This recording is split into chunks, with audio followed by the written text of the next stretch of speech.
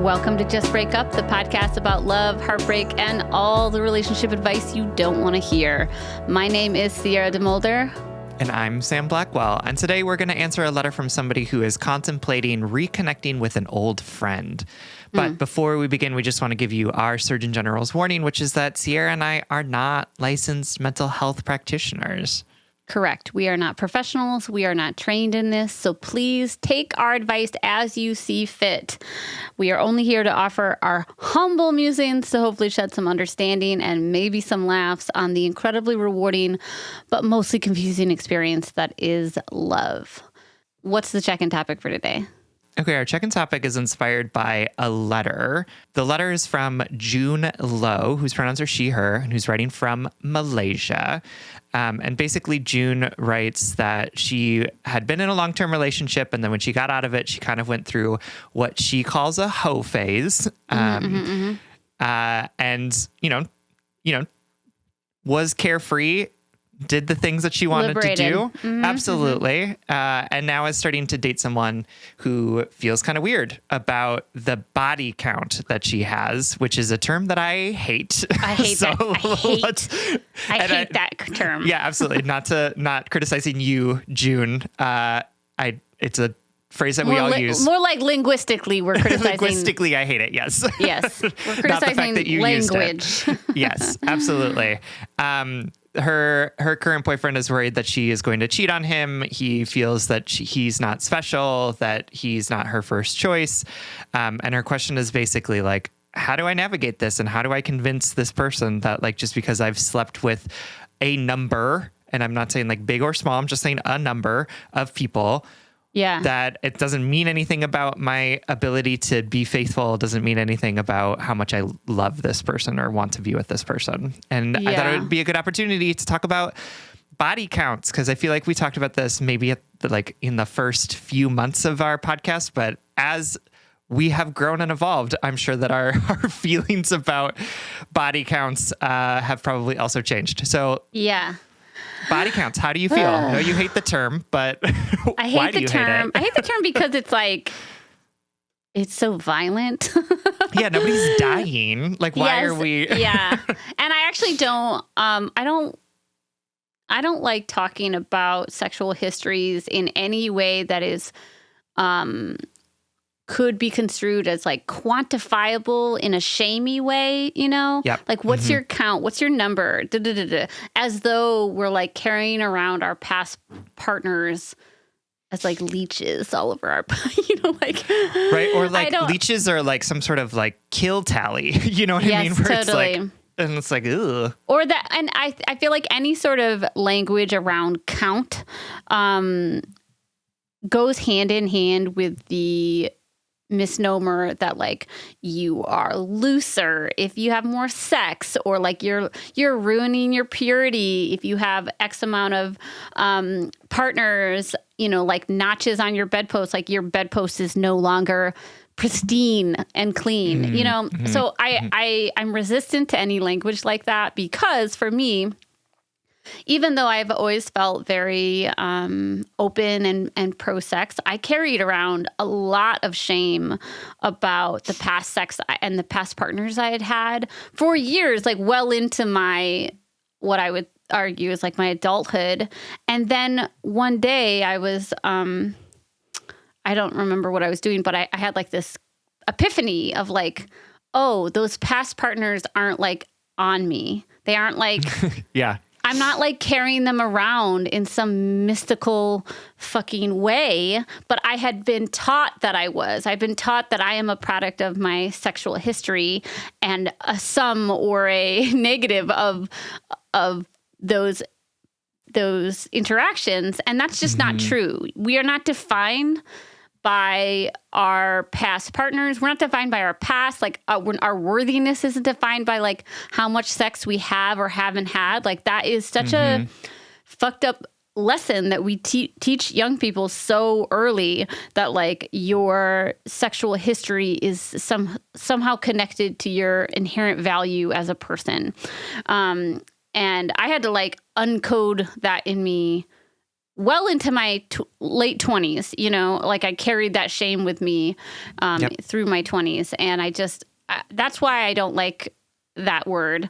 But going back to the actual idea or the question of the letter about like, you know, disparate body counts in relationships and the tension that can cause, I have empathy for, because I've totally been there. I've totally been threatened by my boyfriend who like was just more sexually active than I was, with more partners and in more spicy ways. You know what I mean? And I was definitely threatened by that in the past. So I definitely empathize with this, but I did a lot of work to sort of unearth, why does it make me uncomfortable? And why do I feel so threatened by this thing that isn't showing up in our current relationship? And I think a lot of it has to do with sitting with the discomfort of like love and vulnerability, and that discomfort is like, oh my God, they have liked other people. They have lusted for other people. I'm not uniquely special in that way, although they're choosing to be with me. Like, it's all, I don't know. Help me out here. No, I'm with you. I think that I've had a similar experience of dating somebody who had a much higher number of people that he had slept with and really struggling with it. Mostly because like those people are all also his friends. So they were like just all around all the time. And he like cheated on me in the beginning of our relationship. So there were a number of things that were sort of impacting that. But I do think that it sort of relates to this idea that like, you know, we all, or many of us really want to be special, right? Like we want to be chosen. We want to be the person that our loved one like has seen through all of the magic of the world to like come to as like a pure, our love is so pure if we've never been tarnished by other things in the past. And I think that that's like, I think that there's like a whole mythos around that, right? Like this idea that like we're somehow fated to like come together and like we are supposed to be in a relationship because of like the cosmos or whatever. So the idea that you would have sex with somebody before you found the one means that you've somehow like tarnished the pristineness of this like soulmate relationship that we might have. Right. Totally. And it's like, that's not actually it. Right. And that is like a really sort of, monogamist way of thinking. And I turn that in sort of like monogamy industrial complex, right? Yes, where it's like everyone is like everyone is supposed to be monogamous and we're only supposed to be with one person and that person is supposed to be of the opposite sex of you and you're supposed to get married and have babies and live in a house in the suburbs or whatever. Yeah. Right? Like that sort of narrative I think plays into this where it's like, oh, you really you don't have faith in the sort of like fate of our relationship if you're out there sleeping with other people as opposed to like waiting for me to come into your life and like us to find each other like we were meant to.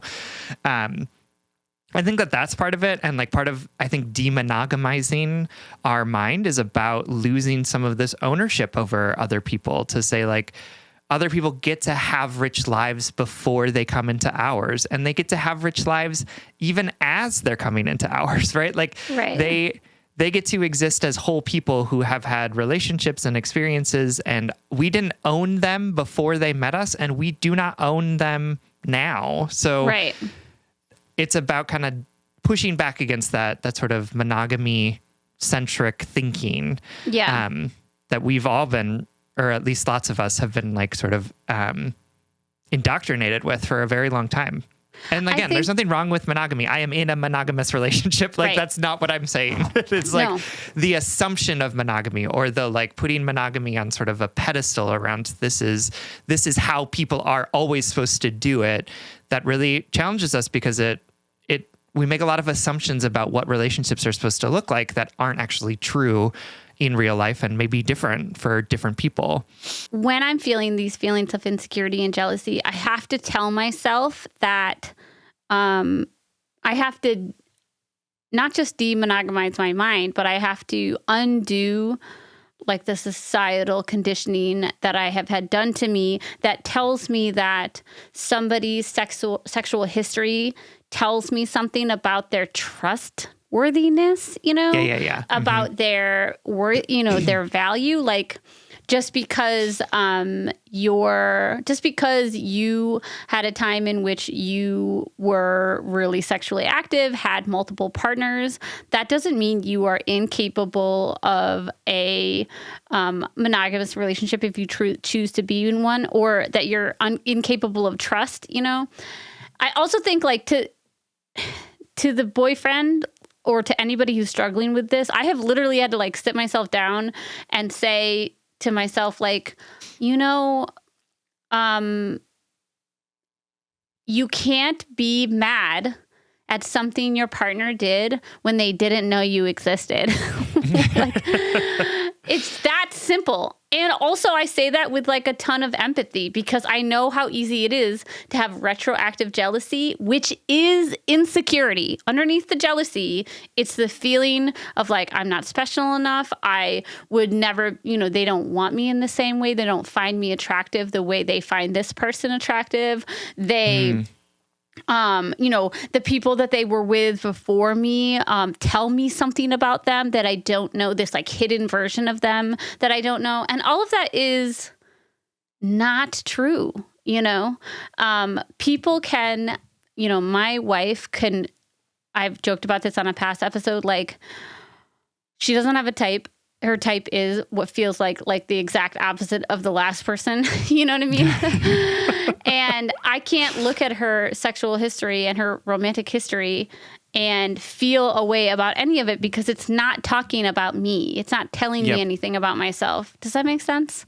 Mm-hmm. No, absolutely. That it literally has nothing to do with you. Like, that's the thing. It's like, this all happened before you were even part of the picture. And I think that the idea of, like, somebody who has had multiple sexual partners is somehow, like, more prone to cheating is, like, such a silly sort of connection to make, because, like, people who have multiple sexual partners are also, like, very capable of controlling their sexuality. It's not that, like, because it assumes this premise of, oh, you must be loose. You must have, like, bad morals. You must be, like, unable to control yourself if you are having sex with multiple people, as if the person who was having sex with those people wasn't making an active choice to do it in, like, oh, right. They were making a choice. And so, like, they can also make choices about what they're going to do in the future. It doesn't make them, like, predisposed to, like, want to have more sex with more people just because they have done it before. That's like saying, like,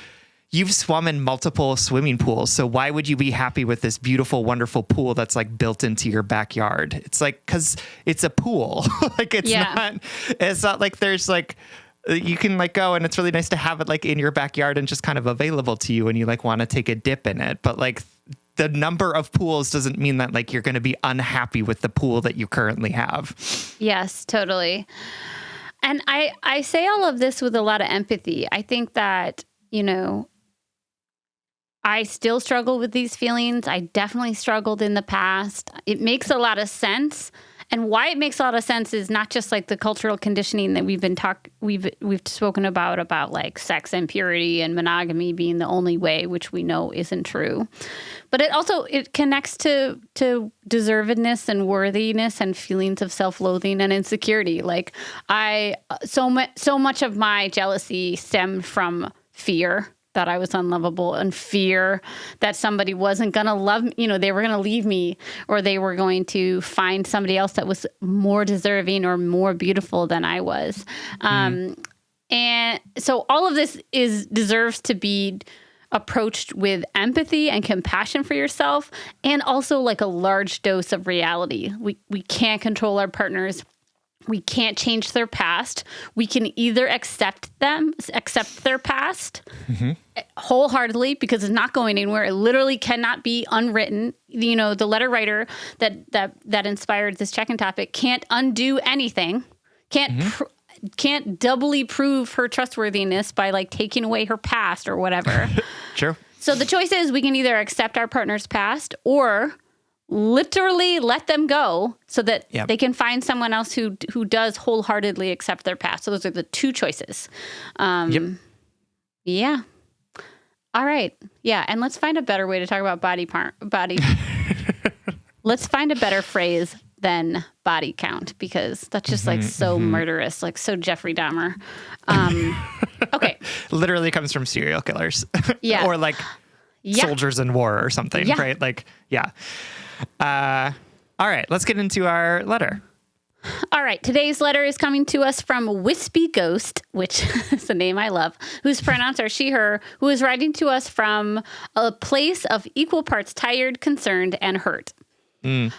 Maybe this is a letter or more of a check-in topic. I don't know, but I was looking for some outside perspective regarding a friend that I ghosted. Yep, it feels pretty sucky to say, but I did the ghosting, and I don't know whether to open that door back up or leave it in the rear view. For context, my best friend and I had been extremely close for probably about 7 years, from teenagehood into early adulthood. He was my person, and I was his, you know. He was there to support me through family traumas, ongoing hardships, an awful breakup, and more. I was there for him through certain hardships of his own, too. Now, he's always been a little self-centered, and even he would acknowledge it himself and make jokes. It hadn't bothered me in the past because it never impacted our relationship negatively, and I loved him no matter what. But finally, a couple years ago, that changed. Whenever we talked about him and only him. Like, literally, we'd be on the phone for an hour, and I would barely get a word in edgewise. And if I ever tried to tell him what's going on in my life, be it good or bad, I'd get a, oh, cool, and then he'd talk about himself again. Or worse, I'd get dead freaking silence in response until he started talking about his life again. I confronted him about this twice, probably like once a year at that point. I told him that he was hurting my feelings and that he was my best friend, and I wanted to share my life with him as much as he shared it with me. He said, "I'm sorry, I just don't know what to say." I told him that was fine, but that anything, literally anything, was better than a dead silence on the phone. It never got better. Then, when I came out to him as bi, I also didn't get the reaction I was hoping for. Joy, excitement, I don't know. But all he gave me was confusion and mild bewilderment, which shocked me, given that he himself is gay. And I had told him previously that I thought I might be interested in girls. Apparently, he didn't remember. Anyway, the third time I brought up his lack of interest in my daily life, I wasn't mad at him, just sad. I told him that as a result of his inability to meet me in the middle, I needed time and space away from our friendship.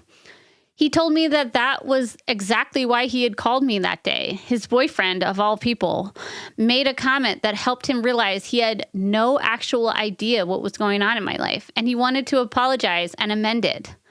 At that point, it was too little too late for me. I had tried telling him several times over the course of 3 years, but it took one casual comment from his boyfriend to finally notice. That hurt too. We're still friends. I still love you, I told him, but I don't have the emotional bandwidth to communicate with you right now. I'm hurt. That was about 2 years ago. I'll react to his posts on occasion and like memes that he sends me, but I rarely respond to his texts and haven't called him at all ever since. I said I needed time and space away from the friendship, but I just never came back. Did that technically count as ghosting? What if I don't want to rekindle that friendship?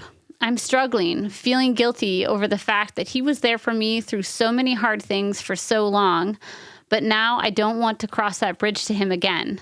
Plus, I'm getting married to my beautiful fiance next year, and I don't know whether or not to invite him to the wedding. He has never even met her, as I started dating her just after I walked away from his friendship. I'm torn between letting the friendship stay in the past or breathing new life into it. I don't exactly feel the desire to talk again, but I do sometimes feel sad and guilty and confused, and honestly, still kind of mad. 10 years ago, I would have never guessed our friendship would end up here. I don't know what to do, and my tender heart would appreciate any feedback or advice you have to give me. Thank you both again. I've been listening to your podcast for several years now and have truly felt as though I've grown as a result. With much love and gratitude, Wispy Ghost. All right, Wispy Ghost, thank you so much for writing to us and for trusting us with this question. These sort of friend breakups are hard, especially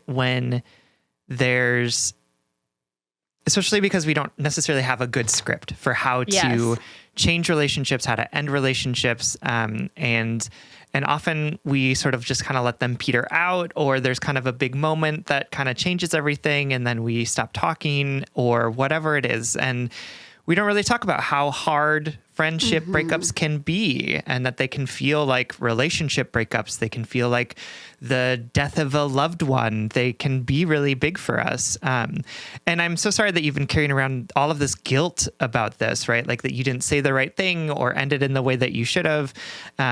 Because I think that you definitely tried your best in this situation. And the fact that you told him what you were feeling, told him that you needed space is not ghosting at all, right? That is you sort of standing up for what you need and giving a very good explanation for why you need to not be talking to this person anymore. So Sierra and I are going to get a little more into it, offer you some words of love and consolation about this, as well as some words of advice in just a moment.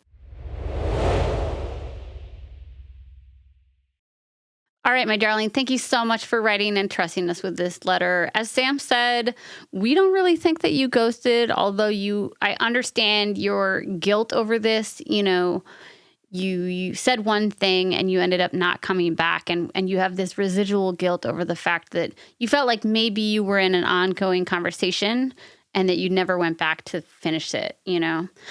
And I just want to echo what Sam said. You know, we put so much pressure on ourselves to be perfect in our relationships, in our friendships. We, not only that, but we really carry so much shame and guilt when we are imperfect, when we go get what we need, when we get what we need in maybe like what feels like a clunky way. Like you needed space and time and you took it. And in that space and time, you didn't really feel like you were missing his friendship. You didn't really feel like you were missing that part of your life. So you didn't look back. You know, life comes at you fast. It does. It's not surprising to me that like 2 years passed and you're sort of looking back and thinking, oh man, I never really finished that conversation that I said I would finish. That's so relatable. I want to take a moment to talk a little bit about like a similar experience that I have. When I read this letter, I felt most drawn to talking about like love languages and how we learn to communicate and be in relationship with one another. I have a friend who I loved dearly, who I value a lot, who is also like not the best at reciprocal conversations or reciprocal check-ins. You know, it's She's talking about me, everyone.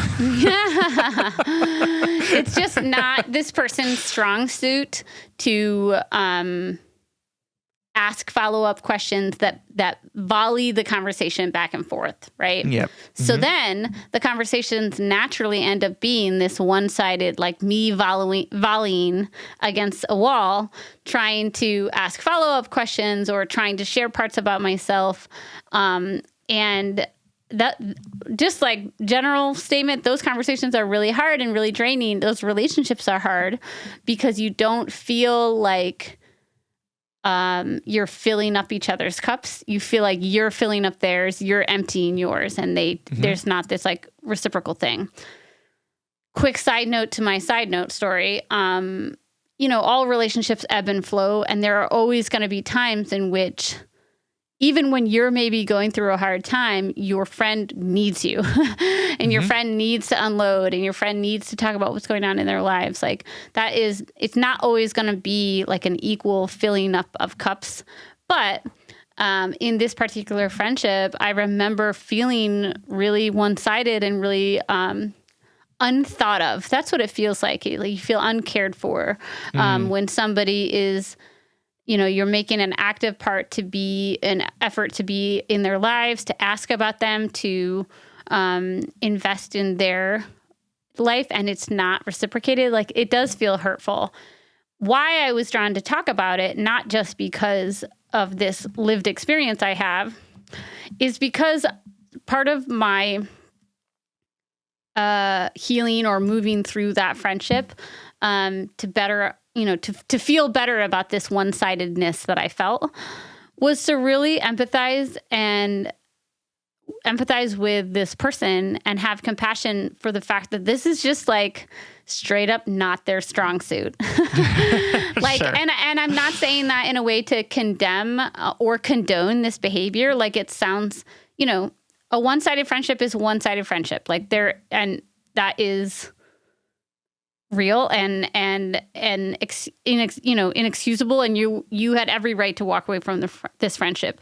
I think I wanted to bring up the fact that, like, at some point or another, I had to sort of accept that this is not my friend's strongest trait. That, in fact, they're very bad at it. They're very bad at it. And I, if I were to choose to be in friendship with them, I had to move forward not expecting this from them. And I had to weigh the pros and cons of their friendship. Like, what else are they bringing to my life other than these feelings of kind of like loneliness, and because of whatever reason and because of whatever friendship and other things that they brought to my life, I am still in friendship with them. I value them so much. But I have not come to expect that sort of conversational check-in or interest. It feels like interest. I feel like there are times in which I feel like they're not interested in my life. But I just realized that through their childhood or their early friendships or their parents or whatever, they just didn't learn this conversational tool. Sure. I mean that so genuinely. And that kind of helped me put it in perspective of like, okay, well, what can I expect from them? Am I okay with this? And it made me learn the lesson of like, if I need to talk to them about something, I need to be very explicit about it. For sure. And then this person's able to show up for that. It doesn't sound like this friend in the letter writer was able to even show up for, like, this is not tit for tat. Like, these are not the same situations. Well, it doesn't sound like the friend was able to even, entertain that. Yeah. I mean, I think, like you said in your letter, Wispy, it's that, like, it was too little too late. Even when he, like, knew that it was suddenly an issue because his boyfriend told him, right? You were like, it's been 3 years. Like, I have told you this multiple times, and he never reciprocated or responded. And I will say that, like, this dynamic is not unfamiliar to me. As somebody who has spent a lot of time around gay and bi men and seen how they interact with their female friends. This funny. This sort of like, I'm center stage and you are my audience, as opposed to like, we are sort of sharing this together. And I will admit, right, like, I am sure that there are lots of relationships with women in my life who have felt something similar about me. And I definitely had to spend time, thinking about building up my capacity to ask people questions about themselves, right? It is not something that I'm super great at because it's not something that my family did either. But I also had to be like, I need to ask people questions. When they ask me a question, my job is also to respond. It's like a social skills class. My special education husband, teacher, man is probably like, yes, Sam, this is a social skills class where we sit and we practice asking each other questions, which is what he does with his students. And Cute. Someone should have done that for me when I was young, because I certainly didn't learn how to do it. But I think that you sort of looking at this and saying, like, that's not a relationship that I want to go back to. I didn't like how I felt when that was happening. I didn't like how he responded, are all good enough reasons for you to just let this relationship go if you want to. I know that you're like carrying around a lot of guilt around it, and you're sort of feeling like your question is literally like, what if I don't want to reconnect with this person? And I'm thinking, like, then don't reconnect with him, right? And I think you're sort of carrying around a lot of guilt for how this happened, and you're putting a lot of the blame on yourself. But I also want to remind you too that, like, you asked for space for this person and he was respectful of that, but he also could have done something, said something, asked a question about your relationship, and he chose not to, right? He still just is like sending you funny memes and, maybe texting you every once in a while. And I know you feel guilty about not responding to those texts. And I'm going to say to you, like, that's okay. It is okay for us to create distance between other people, right? Like, it's okay for us to ignore that phone call, or it's okay for us to not text that person back. And I think it might be helpful for you to like say something, but at this point, it's been 2 years. Like, I think that he probably gets the picture, and I don't think that you need to necessarily like bring it up again. Well, you bring up a great point that it's been 2 years, and he not only have you like moved on in your life, but he's had every opportunity to come to you and say, I really miss our friendship. I see the ways in which I misstepped. I want to reinvest in it, you know? Mm-hmm. I'm surprised that he didn't. And even still, right? It was too little too late. Like that, and that's so legit, right? Like, we don't owe forgiveness to everyone, right? We don't owe friendship, reconciliation to people, right? We can absolutely sort of say, I wish you the best, but also like, I don't want you in my relationship, or I don't want to be in relationship with you. Like, that is okay. And I know that like wedding season shit It's hard. Makes everything more fraught. Like, I would say that the worst part of planning a wedding was the invitation list, because it was like, who am I going to invite? And so I want you, as you're thinking about who you're going to invite to your wedding, remind yourself that this is just a point in time, right? We sort of build weddings up as being like the most momentous day of our lives. And if it doesn't go perfectly, well, we're going to regret everything. But it is also of a moment, right? It is about who are you friends with now, right in this point in time. And if you're not friends with this person, you don't have to invite him to your wedding, right? Even though he was a meaningful person to you in the past, if he's not meaningful to you today, it doesn't mean that he gets an invite, right? And so I want to just like clear you. I want to absolve you of some of this guilt that you're carrying around. And obviously in this moment, really heightened because of the wedding that you're planning, to say that like, friendships come and go. Friendships are really strong for 7 years, and then suddenly they peter out, or they fizzle, or they explode, just like all relationships do.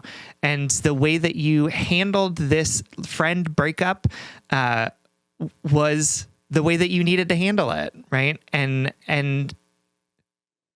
you don't owe him any sort of different way of handling the situation at this point, right? Yeah, What's there's done, no going back. Right? What's done is done. And I think that spending some more time holding for yourself the fact that this relationship is over, this friendship is over, and it is not yours to try and put the pieces back together to create something that could be meaningful or beautiful for that. Like, that's somehow your responsibility. It seems like you're really placing that responsibility on yourself. I just want to say that like, it's okay that this friendship is over. You're not required to build it back up again. You're not required to offer some sort of clean break to it if you don't want to. And you get to decide how you want to move forward with that. And if that means that he's no longer in your life, great. Sounds like that's kind of what you want at this point. If that means that you want to give it another go, you absolutely can do that. And then if it doesn't work, you can also, again, say, this isn't working for me. I can't be in this relationship with you. You get to make choices about this. And you don't have to follow some sort of prescribed way of doing it that you've somehow created for yourself that not only feels impossible, but probably is impossible, because it would involve like going back in time, or like changing how he responds to things, or doing something that you are not capable of. Right. So yeah, it's just a sticky situation that you found yourself in. And I don't want you to make it worse for yourself by like beating yourself up about not handling it in the quote unquote right way. Yeah. And I will say, Sam's not going to like this. Oh, no. No. Well, I just want to say, Sam is the architect of block, block, block, right? Sam is the one that is much better at like the clean break. And I've learned so much from the Black, and I have forgiven myself and cut people off and done all these things as a disciple of the Black. And I carried around a lot of guilt for a long time about past relationships, particularly past friendships, really, where like I felt like I was messy or I regretted something, you know. And I have not been above reaching out to somebody, even if I didn't want an ongoing relationship with them. But I've reached out to say something like, hey, you know, just so you know, I think about you often. I'm sorry for how things ended in our friendship, and I hope you're doing really well. I have a lot of love and respect for the time that we spent in relationship together or in friendship together or whatever. And not even sending that email or text or whatever as a means to start something back up again, but to I don't know, like to participate in that conversation as the person you are today and not the person you are when you started it. I know fully that this goes against our Black scripture because I know that we talk about the fact that like we, you know, that closure comes from within and yada, yada, yada. But there have been times in which, I mean, literally, here's two examples. One friend that I did a sort of like ghosting thing I never reached out to them again. I still haven't spoken to them. This is like almost 20 years at this point. But okay, rounding up to 20 years, probably more like 15. Were you 15 years old when this happened? You know, I'm about to be 37, right? Oh, so you were 17 years old. Right. No, I was 19, 20. Anyway, and it doesn't matter. Still holding it. Well, no, I think of them occasionally, but I've let that relationship go, and I've let go of the guilt of me expecting myself to be a better friend retroactively. Like I got to let go of that. And the other example is I like reached out to a friend who I had spoken to in a long time. We sort of drifted apart because of some dramatic reasons. And I just reached out and said, like, just so you know, I think of you every once in a while. They had actually reached out to me first a couple of years ago and I never responded. Sure. And you know, I think of you every so often, and I'm happy to hear that you're doing well in the world, and I carry you in a good way. It's not like we're going out to tea every day. It was just like one reconnection that felt really important to both of us, and we're like moving on with the rest of our lives. Sure. I know that this is sort of in antithesis to a lot of the advice we give. And also, you know, you could also just send an email. Just say like, I'm sorry for how this went down. I'm happy. This is what's going on in my life. I hope you're happy in yours. Bye. Got to go to work. No, absolutely. I think that those can be super helpful. And especially if the person like responds with kindness or like, you know, appreciates that.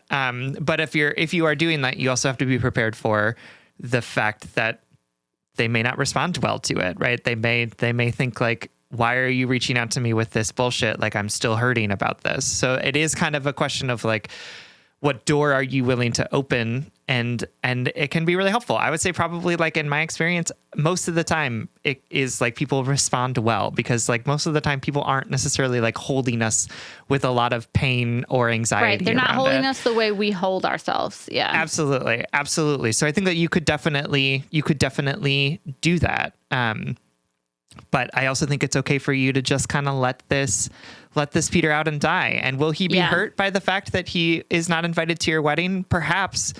And it's not your responsibility to not hurt everyone around you, right? Like it's okay to disappoint people. It's okay for us to decide that somebody is no longer close enough for us to want to have them be part of something that is momentous to us. And that's okay, right? Yeah.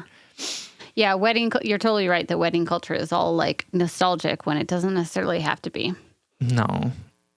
And it's supposed to be like, I'm supposed to predict who my close friends are going to be for the rest of my life. Like that's what being invited to my wedding means. Like that's not going to happen. Yeah, totally. Okay, my darling. You're not a bad person. You're not a bad friend. You didn't ghost. You're not a ghost. Sorry. You're like a real human person. Mm-hmm. Good luck You're with a wedding planning. Person. Yeah. And thank you so much for writing.